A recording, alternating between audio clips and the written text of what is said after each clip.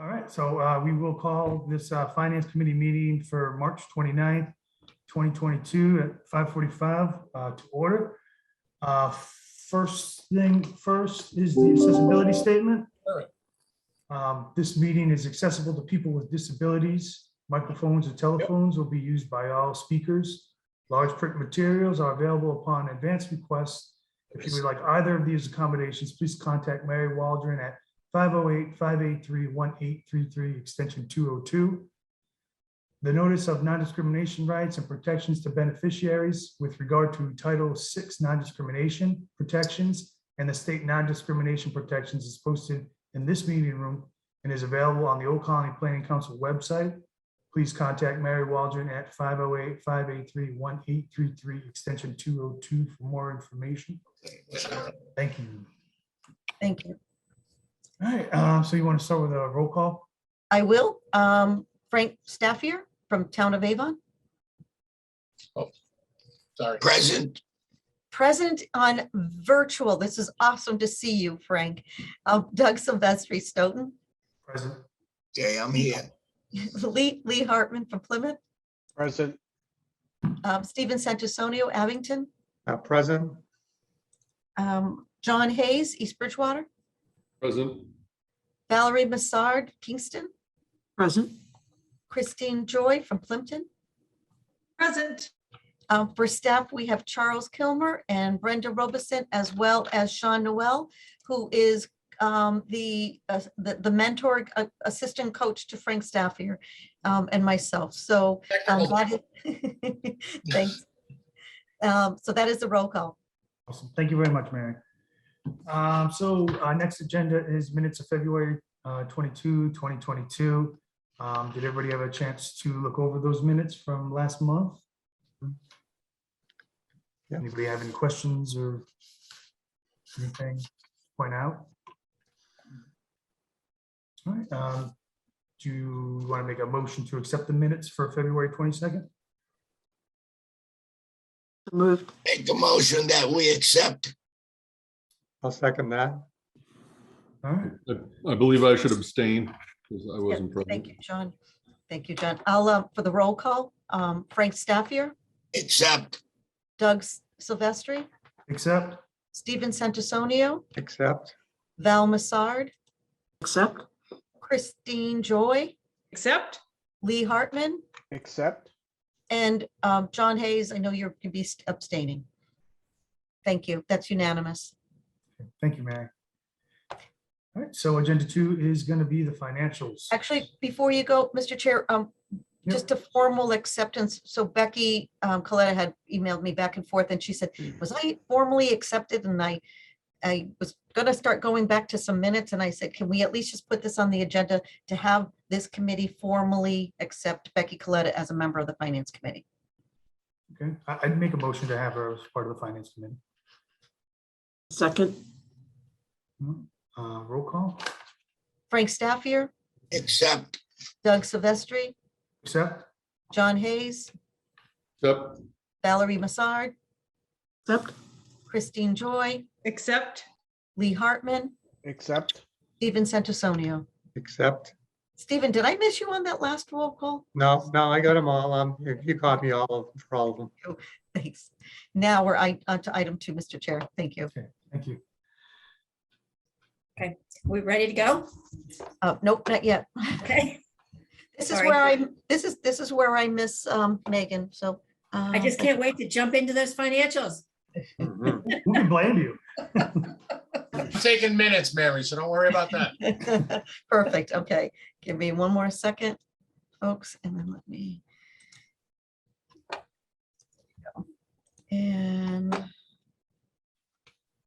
Okay. All right. Everybody can see that. I'm on such a smaller screen, so. Okay, first up are the statement of expenditures reports showing total expenses for the month of $158,729.14. Just look for the. Cash position report is up next, showing income for the month at $314,020.51. Disbursements for the month were $411,194.43. The total cash available at month's end was $1,225,993.24. The OPEB account had a loss, a small loss of $3,832.90, bringing the ending balance in the OPEB account to $915,765.35. Moving on to the budget resources report. Total receipts for the month being $314,020.51 brings the total cumulative receipts in FY22 to $1,909,664.98. Moving on to the AAA report. The AAA report total recorded pass-through invoices for AAA programs for FY21 and FY22 as of the end of February is $1,976,790. Total pass-through funds received for AAA programs FY21 and FY22 at the end of February were a total of $974,751. Total recorded invoices for ombudsman and admin programs for 21 and FY22 at the end of February were a total of $427,523. Total funds received for ombudsman and admin programs for FY21 and FY22 at the end of February were a total of $200,658, bringing the total balance owed at the end of February for all AAA programs to equal $1,228,903.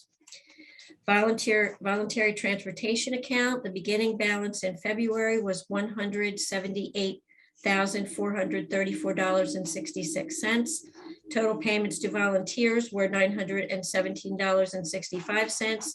Donations in February was a total of $20, bringing the February ending balance in the fund to $177,537.01. Brenda, can we just do just one quick stop here, because I think Sure. it's noteworthy, because a couple of meetings ago, we talked about how AAA, the funds from the state were delayed, but Yes. we're back on. They're moving along now. Yes, they're definitely back on track. They've sent a lot of money the last 2 months. They seem to be back on track. With the payables this month, we're going to pay the bulk of what we have been holding off on paying them. But we're still holding a few, I think, or did we pay all of them? Did we No. just pay all of them? We still owe, we'll still have 2 months of primarily OCES invoices. Okay, because they're large amounts. They represent, those represent about $268,000. Okay, so that's the only thing we have left, which if they stay on track, we should receive money within the next couple of weeks, which is their usual trend. And once that happens, we should finally be caught up with our back and forth money coming in and money going out. So Thank you. that feels much more on track right now. Did I cover that, Mary? Did anything Yes, you else? did. Yep, Okay. nope, that's perfect. Thank you. Moving on to the ROM, February statement and activity. The balance at the beginning of the month was $185,677.69. February receipts were $5,850, bringing the total FY22 receipts in ROM to $53,542. February expenses were $9,051.12, bringing the total ROM expenses in FY22 to $55,093.09. The ending balance in February was $182,671.17. Brenda, can we just do another stop here? Because I think Sure. it's again noteworthy. You Sure. might be asking, because if you can look at these numbers here, right? We had 9,000 early and then, it jumped up again. But if you note, here is the Rockland loan where it was, Yeah. it was a double payment. So just wanted to note that for the members. Yeah, we had no payments in January, but double payments in February. Correct. So we got that caught up. So moving on to the budget spend down report, page 1. Okay, FY 22 expenditures through the end of February are a total of $1,293,703. Our spent to date at percentage rate at the end of February is 54.63%. The ideal percentage in the 8th month of the fiscal year would be 66.72%. So we continue in a positive trend, showing a 12.9% surplus at the end of February. There are no changes on page 2 or page 3. And I know that this is kind of tiny. I'm trying to figure out exactly where I can make this a little bit larger, but it was in your packet. And as Brenda talked about, in terms of where we are heading into, right? We're into the final stretch of our fiscal year. We're in good shape. So Yes, we still have a surplus in the miscellaneous expenses line really shows the surplus, the amount that we have left that's not going towards anything. And we still have a balance left in there of $195,421. So we're in great shape. and we talked a little bit offline before the council meeting, the finance meeting started, but we should maybe at the finance, when we get through the budget, we should talk a little bit about how we have that as a miscellaneous, but it's a safe place right now, but for members as to if you feel that there is another way to have it be in the chart of accounts. So anyway. Well, I could show it as an unbalanced budget where the income or the expenses would be a different number than the income. And then we would say that we have a surplus or a deficit. I've just been leaving it in the miscellaneous fund because as we need it for different things, I've been moving it around. Right. So at the end of the year, it will show as a surplus or a deficit though. So that's pretty much I like doing it this way, but we can easily do it the other way. So Mary, right above the screen in the black bar, there's a plus and a minus sign and it says 100%. Yeah, you know what happens oh, never mind. I had to move my thingy. Yeah, right. There's a plus sign. Can you? No, I can't because it says, oh, wait a minute. Now I can, you know what? It was the recording and the transcript was hiding it. So there we go. How's that, everybody? So much better. Better. Shift it right. I'll get it right tomorrow. And lastly, on the financial reports, the list of the February combined accounts payables. And then moving on to additional fiscal items. Number 1, audit update. I met with Russell Knapp from Markham to finalize the adjusting entries to our QuickBooks files. All closing entries were made. Trial balance with adjustments was run after adjustments, and we are 100% balanced. Markham to OCPC and vice versa. Audit FY 21 closing is now final and completely locked down. Very smooth audit this year. Very happy. Number 2. Good work. Thank you. It's the whole team, good teamwork. Yeah. Number 2, for the NICRA update, the NICRA has officially been filed for our FY 21 indirect cost proposal. The ending amount being asked for, which is based on total allowed indirect administrative costs, which is the administrative cost divided by the direct salaries, is sitting at a 93.64% proposed. Mary, can you share that in the SharePoint? There's a indirect list I would like to share.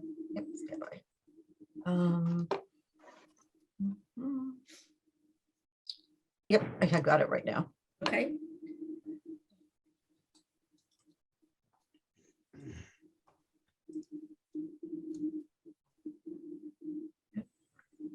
That's not it. Sorry about that, everybody. That's okay. No worries. I think I just had it. This is where I miss Megan. Did I say I miss Megan? Yes, you did. Okay, so I wanted to note, if you can go up just a little so you can see the top. Well, The top of it. Yep. Okay, you'll see the indirect cost proposal for year ended June 30th, 2020 shows the numbers that were used last year. The numbers that we submitted based on what occurred in fiscal year 21. The items that contribute, and then when you go to the bottom, you'll see the changed, where the changed amount is. The items that contributed to the change in the indirect cost proposal rate going down from 108.71% in the prior year to 93.64% in the current year are that our allowed administrative costs were decreased by a small amount, $16,606. The main component is that our direct salaries increased by $102,715. So those two numbers changing that much are what brings that percentage rate down. Now, this is just a proposed rate.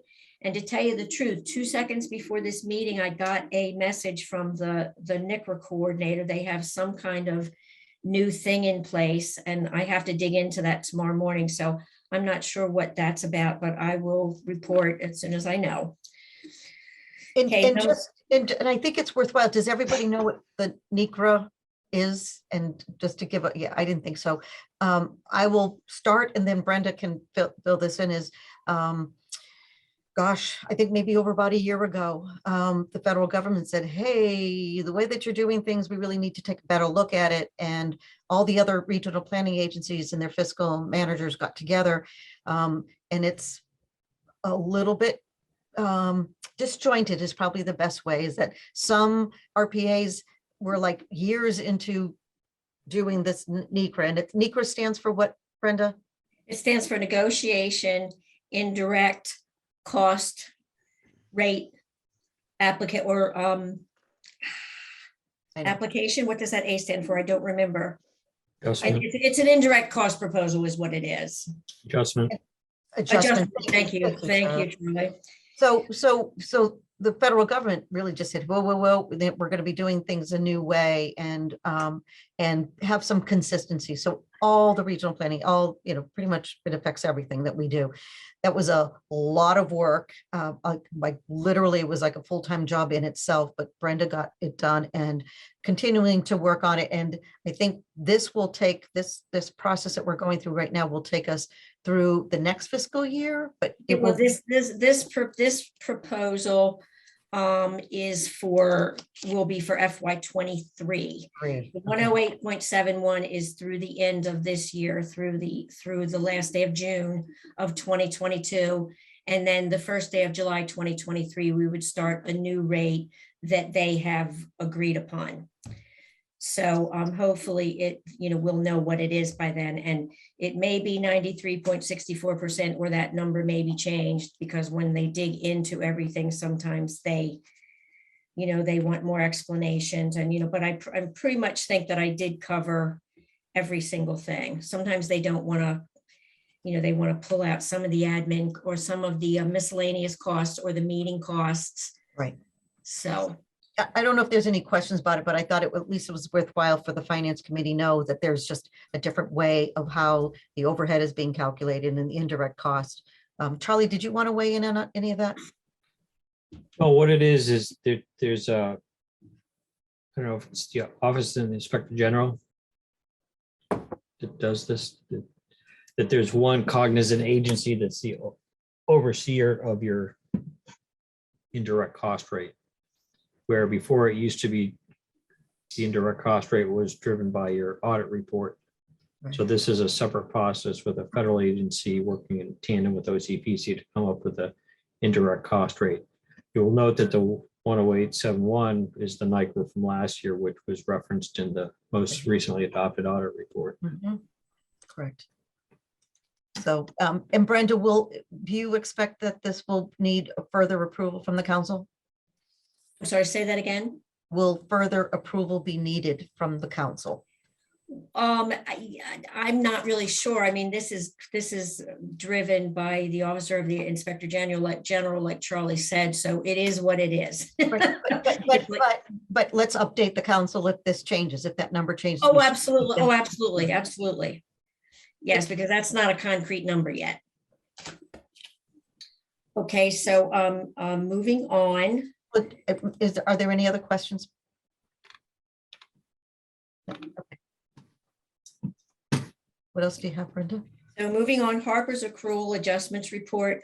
We're in the process of, because we've talked about, first of all, we are updating the personnel policies, which changes things around a little bit for the allowances. And we also have started, we're starting people now more at 3 weeks than at 2 weeks. So at the end of the day, our accrual rates that are set in our Harper's payroll system are not completely accurate.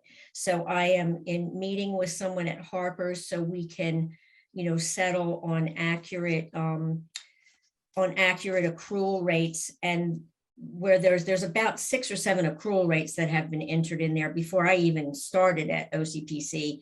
We're going to chop that down to just the normal 2. There's an accrual rate for part-time and there's an accrual rate for full-time. So, and also we have to reset our the total amount of hours that have been accrued, because right now, even though we have a cap on allowed vacation hours and sick hours that are going to be paid out for those grandfathered employees, but for everyone else, there's a cap.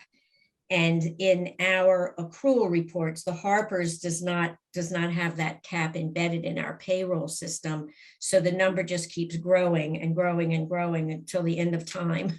So at the end of this fiscal year, we're going to be resetting those to where they're supposed to be. And then the new way will be that once the employee hits the limit that they're allowed, it will stop accruing until some of it's used, and then it'll continue accruing again. So, Mr. Chair, if I could just elaborate just a little bit further. So how this came up was there was an employee appreciation day, and it just so happened to be where I said, how do we can't give, I was giving a half a day to the staff and just say, thank you for all your hard work. And, we could do a community service project, or you can go play with the kids in the backyard, but that was going to be on OCPC. Then said, well, wait a minute, we have some part-time folks, and I asked Brenda, how is that being allocated? And that dug into a little bit more about how things are accumulated. So this topic, while it's being brought up today, I would recommend that this committee sends it to the Personnel Committee. And we will have some further information before the Personnel Committee, which is next week already. But that we'll have more information for the Personnel Committee to dig a little bit further into this matter. We can explain a little bit further, and then have the recommendations from the Personnel Committee come back to adopt the accrual rate and when that's going to take effective. I'm not looking to go backwards, not looking to look backwards. I think it's just a matter of that through lots of different things we've been able to take a look at it. And the idea is that these accrual rates again will be evaluated on a yearly basis, and not on a weekly basis. This is just coming in, and some of the personnel conversation we had the last time with the Personnel Committee, right? And bringing new folks coming on, if we're looking to hire new people, they are, if it's not salary, they're looking for flexibility in the amount of vacation time. So the standard 2 weeks really is not standard any longer. And we're finding that out, particularly in some of the hires where maybe we can't meet the salary and the flexibility. So that is all being reevaluated.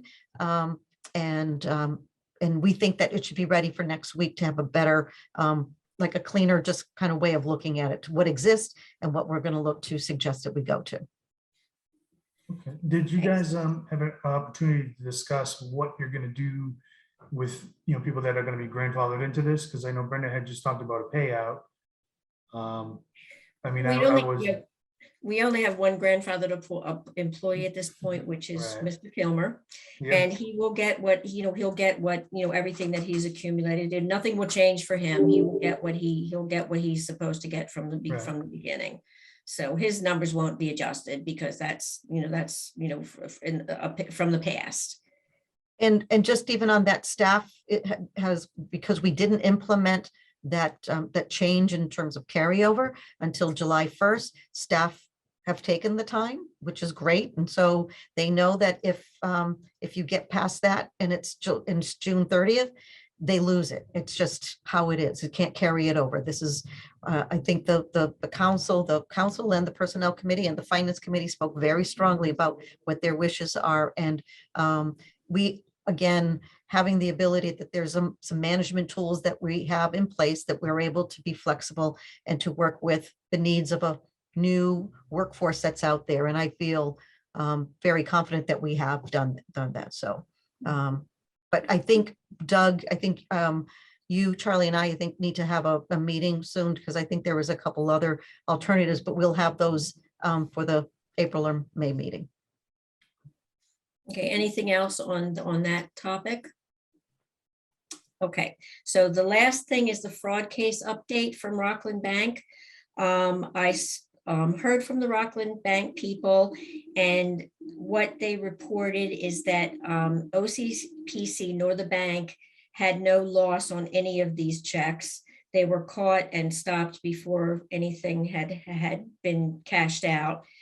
And we quickly transitioned the account to positive pay, which is excellent. I really love it. I get a report every day.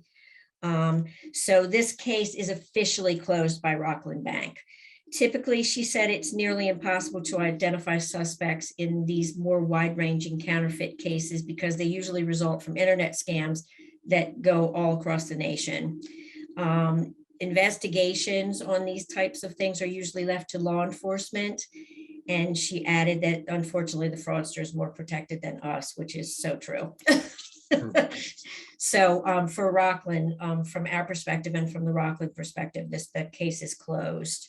And I did follow up with the Brockton Police Department with the email, and I have not heard back, but if, as Brenda alluded to, is that if the police department, it's from Rockland Trust, they haven't lost any money, we haven't lost any money, and we now have a new system in place. There's still some things that we need to do, and probably we'll get to our capital budget, which I'm not sure if I put it on there, but certainly, security system in place. We don't have that right now, just in terms of cameras, who's coming in. So that isn't on the capital budget yet, but we'll get there. Oh, Charlie has his hand raised. Oh, thanks, Mary. I just wanted to note, it's the U.S. Department of the Interior. It's the oversight for the NICRA and not the Inspector General. Okay. So I misquoted that, so I put that in the chat. Thank you, Thank Charlie. you, Charlie. Okay, and that's all for my report. I think I've spoken enough now. Thank you very much, Brenda. Thank I you. gotta say, I'm gonna miss those bank calls from Rockland Federal. I bet but- you are. I bet you are. I'm glad it's taken care of, because Yeah, me that too, me too. it sounds much safer than what the process now. But I'm Yes, surprised it was for never, sure. brought up before in the past of maybe I know. switching over to that, but I know. Well, yeah, with the amount of money that flows through that account, for sure. It Right. would, probably should have been done a while ago, but no harm, no foul.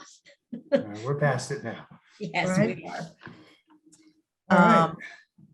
I'm trying to pull up my next screen, so my apologies. Next is the capital budget, and I'm going to first start with IT. And this is a preliminary, and maybe pull back even a little bit further, is that what our plan in terms of a timeline is that, through the month of April, next week, Charlie, Brenda, and I are going to be sitting down. We're going to flush through all of the chart of the accounts. Brenda's already done that and preparing that.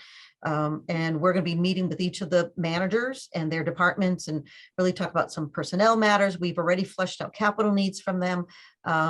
There's a general office, in which is more of a ROM capital need, but there's some things that this building's going to need. But those will be having teed up and try to do that over a phased period of time. But that is in the month of April. For the April finance meeting, we will have a preliminary budget just to kind of walk through one more time.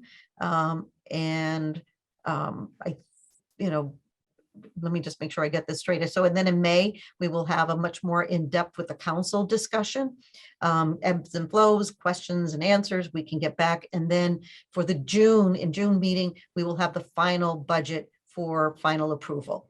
So we have about 3 months to kind of really dig in and give some time for the council members and finance members and personnel committee to really kind of have some discussion.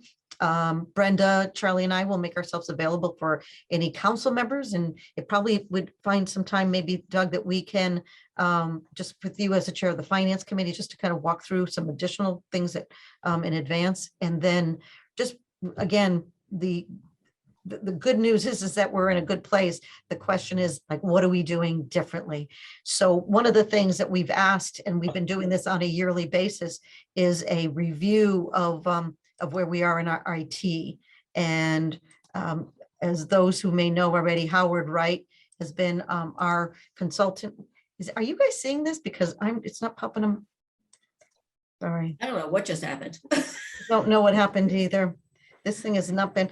Megan, where is she? This should be showing up on my. Try this again. There we go. Can you see that? Perfect. Great, thank you. And I'm not going to go through everything. You did not get this in your package because it's just, again, preliminary. Charlie and I sat down with Howard this morning to go over a number of things. The good news is that we're really in good shape on an IT and cybersecurity. Things are up in the cloud from where we were 2 years ago. Yes, Frank Staffier, you raised your hand? Yeah, at the conclusion, would you ask Valerie if I could just speak to her for 1 second at the conclusion of the meeting? Of course, of course. Thank you. Very much. So the IT and in terms of the environment, everything's up in the cloud. Where we all have laptops. I mean, you know, when this was 2 years ago, he had a listing and had like the character of a bomb. I'm like, oh my goodness, like, what is going to happen? In this case, we're in really good shape. So between laptops, there's a firewall, there's QuickBooks is being backed up. That replaces, right? Because don't forget, we had COVID and we were working remotely, and then Brenda had an external hard drive and bringing it back and forth. That's all gone. Sean is as a backup for finance. I'm a backup for the QuickBooks, and I've got to get myself to a little bit more training on that, but there's backup, right? There was never that piece. And a lot of that had to do with technology and having access, whether you're working from home or working in the office. In addition, that with the pavement software, the cartograph that's the transportation department has in place there, the iPads just came in today, Charlie. But so this will give the opportunity for the staff to be out in the field when they're doing the assessment of the traffic. It makes it much more efficient and effective, and it goes right in there as opposed to taking, you know, boxes back and then down. It's just crazy. So and it's all related to technology. So Howard did an IT health check. There's high risk. As you can see, there's no reds, like no reds in this at all. We are in the green. I will share this with you rather than go through it all. But again, the cybersecurity piece is really important, as everybody knows. So we're in really good shape. So that's that piece. And the other one is, I don't know if anybody had questions upon that. Okay, and we did ask him to put together a budget for us, and that will provide at least, right, so everything has a cost to it. I still think some of this is a little bit not right, Charlie. Yeah, that pavement, that first line Yeah, should be 0 all the way Right. across, because right, that right, was, right. that's in 22. Yeah, I may have brought the wrong one up, but for right now, it'll give you a set. This looks a little bit different. Anyway, we sat with Howard today. There's some things that are in place.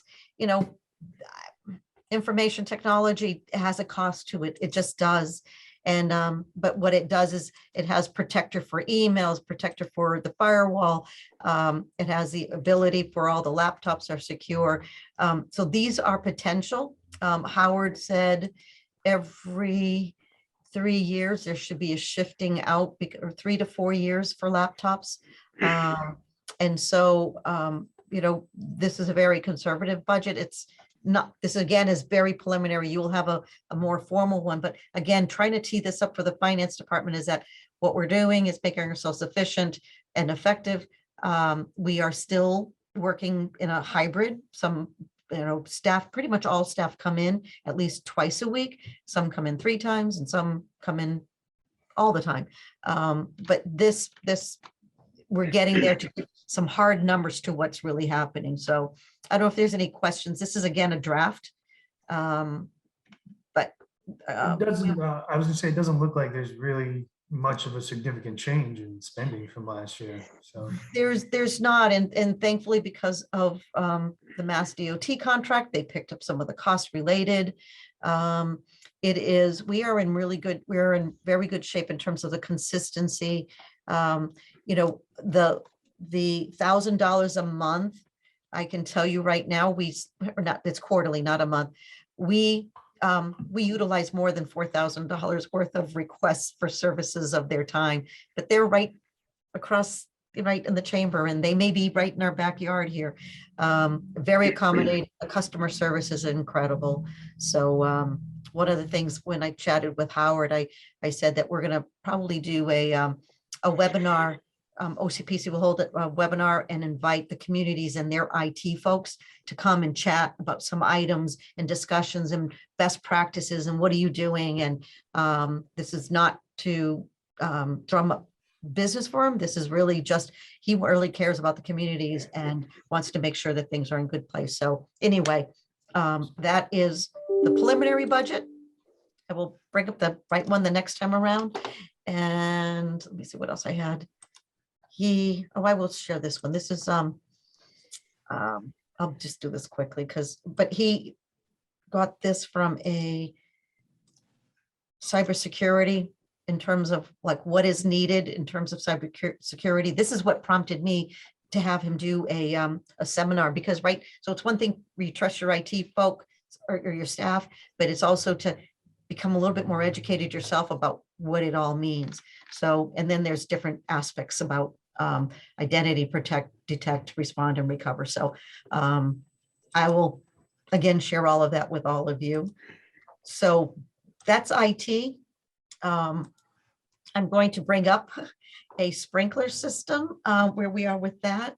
And the reason why I'm doing that, because we received a note from the fire department that our sprinkler system needs to be inspected. And that prompted, I said, well, my first thing was, well, let's get an inspector who is within our district, our region. That's always my goal, is that we use vendors within our 17 communities.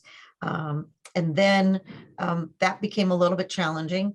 And then, you know, if we can find a vendor in our region, then we also want to be able to potentially find a minority or woman-owned business as well. That is the chain of command. So anyway, Sean, in his free time, and because it was something that Megan started, but Sean ended up picking this up and met with a couple of the companies, and in terms of just getting the focus is really just getting the inspection. But what's happening, and I'll let Sean speak to this, is that many of them came in and said, yeah, your system looks a little bit old and you may want to get that replaced as well. And I said, okay, let's just start with just step one. But Sean, do you want to step in, and is there any update that you think you want to add to this? Sure, just very quickly. You know, as Mary said, we solicited this because we received a letter from the city of Brockton telling us that we needed to submit a sprinkler inspection report to be compliant with the NFPA 25. So we reached out to our current fire and intrusion alarm provider, which is American Alarm and Communication. They came in and have given us a quote, but by the same token, they also haven't necessarily been very diligent about making sure that, you know, they initiated inspection. So we also reached out to a couple of other vendors. Just briefly, like I said, as Mary mentioned, we did try and reach out to a couple of people that we thought were a little bit more local, but we didn't get any kind of a response from them. So the two other entities that did respond were Professional Fire and Security from Masonic and Quality Sprinkler System in Rockland. Both visited the property on Thursday, the 24th, and evaluated the system. Did mention that, as Mary mentioned, some of the, you know, we're grandfathered in on certain things. For an example, just to give, we don't have a fire panel in our building. But we're grandfathered in and it's not required. So they're going to give us quotes on getting the system inspected and getting us in compliance with NFPA 25.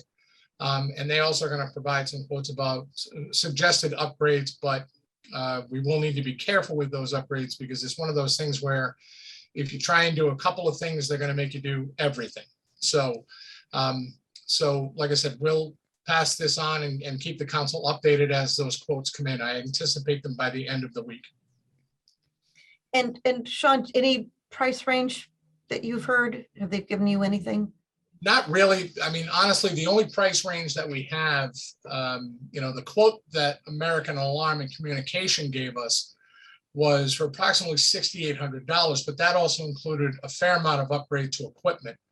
The quote that they gave us to include an annual fire inspection was a monthly charge, which worked out to be about $1,325 a year, which from what I understand is pretty reasonable. Research on this suggests that most sprinkler inspections are going to fall somewhere between $1,000 and $1,750 for an inspection. So. Thanks, Sean. Yep. So I don't know if there's any other questions about this, but we'll keep updated. I want to just, anything that looked like it was going to be a pricey item, just to give you a new, we're doing our due diligence. And because Charlie is such a diligence about this, if we can go back to the financial report, I think a motion is needed to accept that report to be sent to the council, Mr. Chair. I couldn't stop Brenda because she just kept rolling on. All right, so do I have a motion to accept the financial statements that Brenda had went over earlier in this meeting? So moved, Mr. Chairman. Thank you, Frank. Mary, did you want to do a roll call for that? Was there a second on that? I'm sorry. Second. Okay, thanks, Valerie.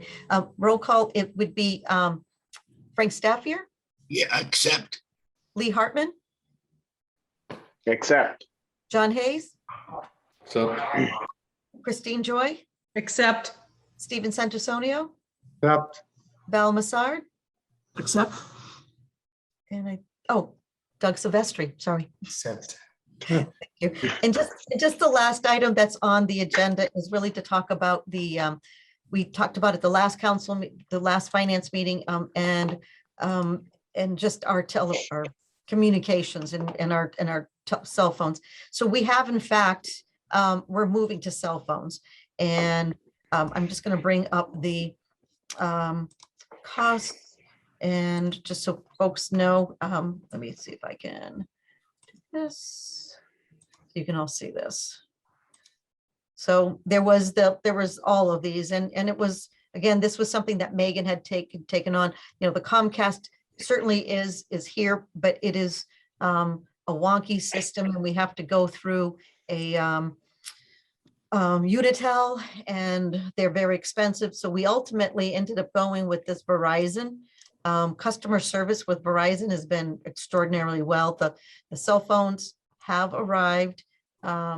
Actually, this is the one. Nope, it's not the cell phones.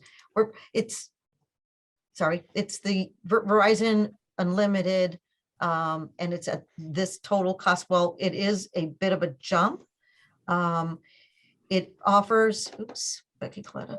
It does offer the ability for staff to each have a line. Right now, I'm in my office, my phone is over there and has a challenge. And if I don't get out of this chair, I don't walk by that office, then I don't see the phone ringing. So it is, as I mentioned to the last time, that the funds are in the budget to sustain this.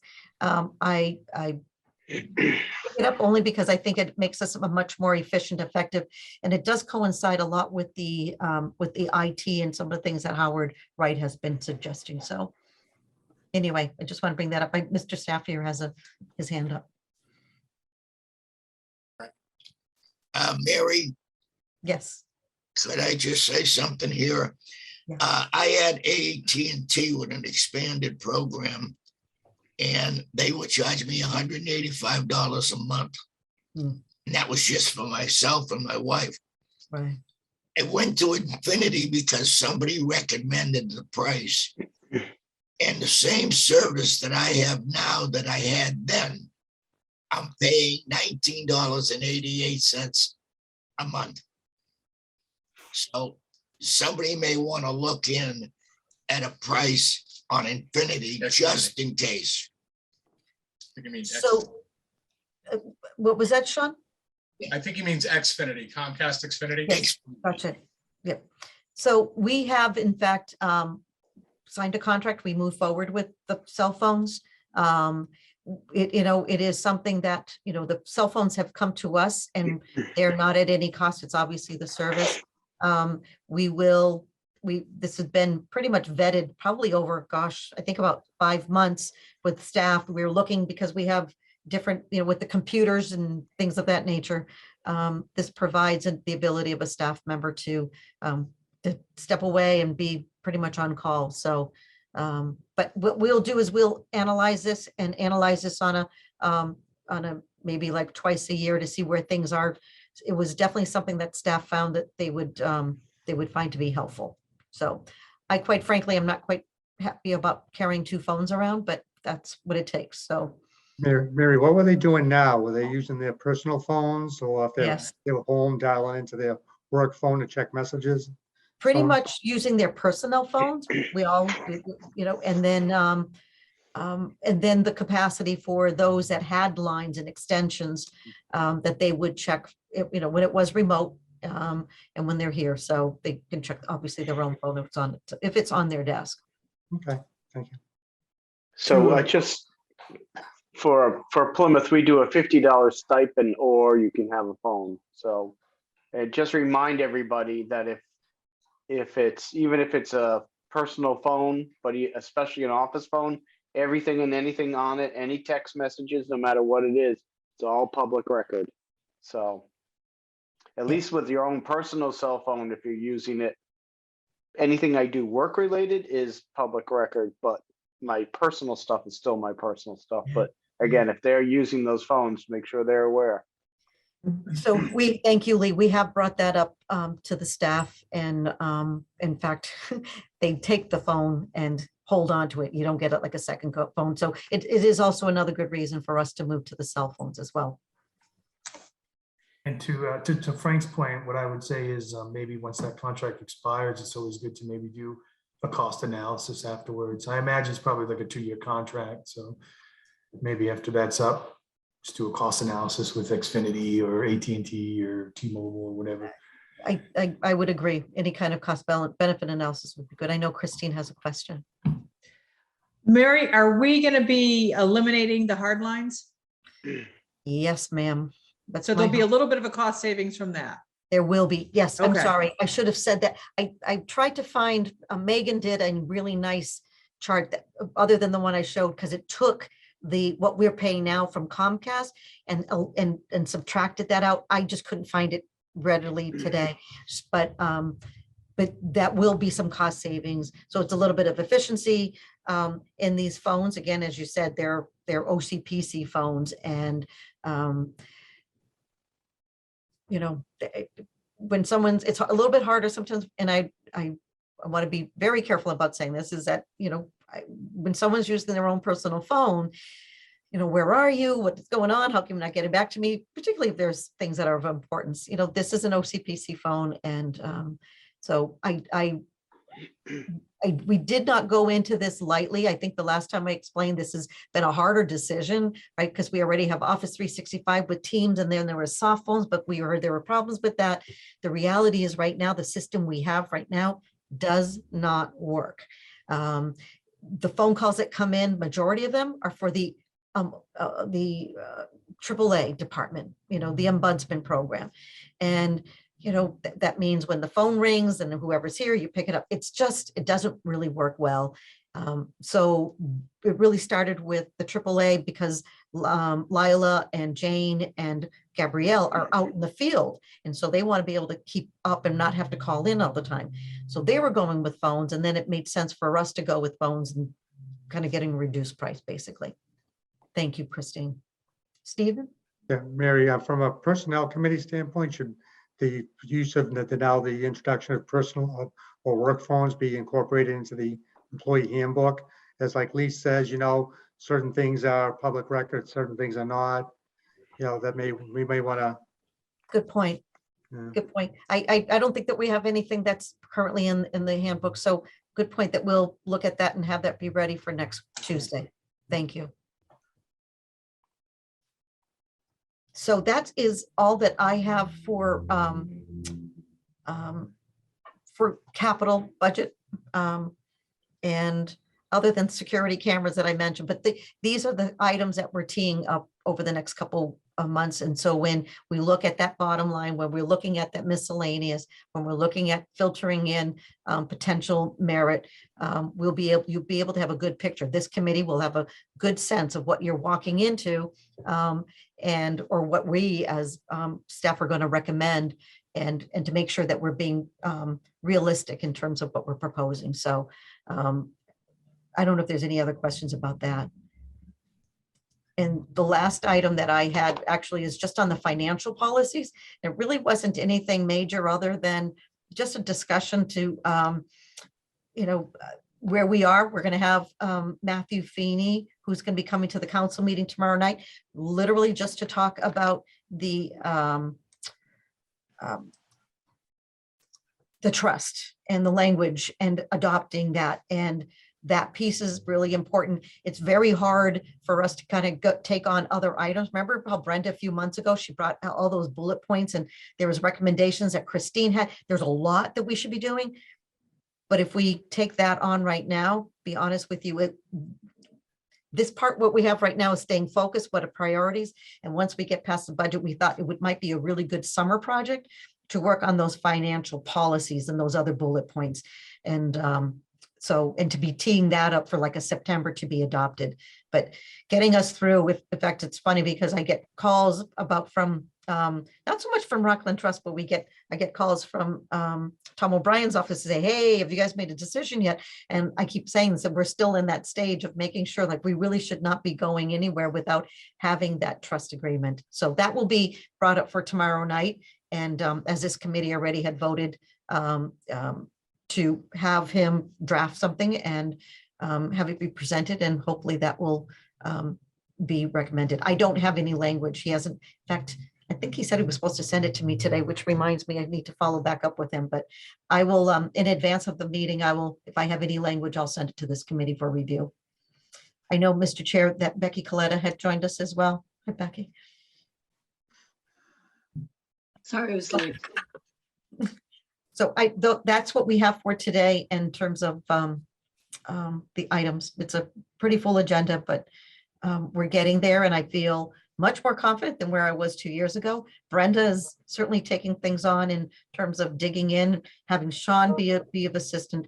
Charlie obviously is our lifeline to making sure that we don't step on any landmines along the way, but very helpful and as we move together as a team.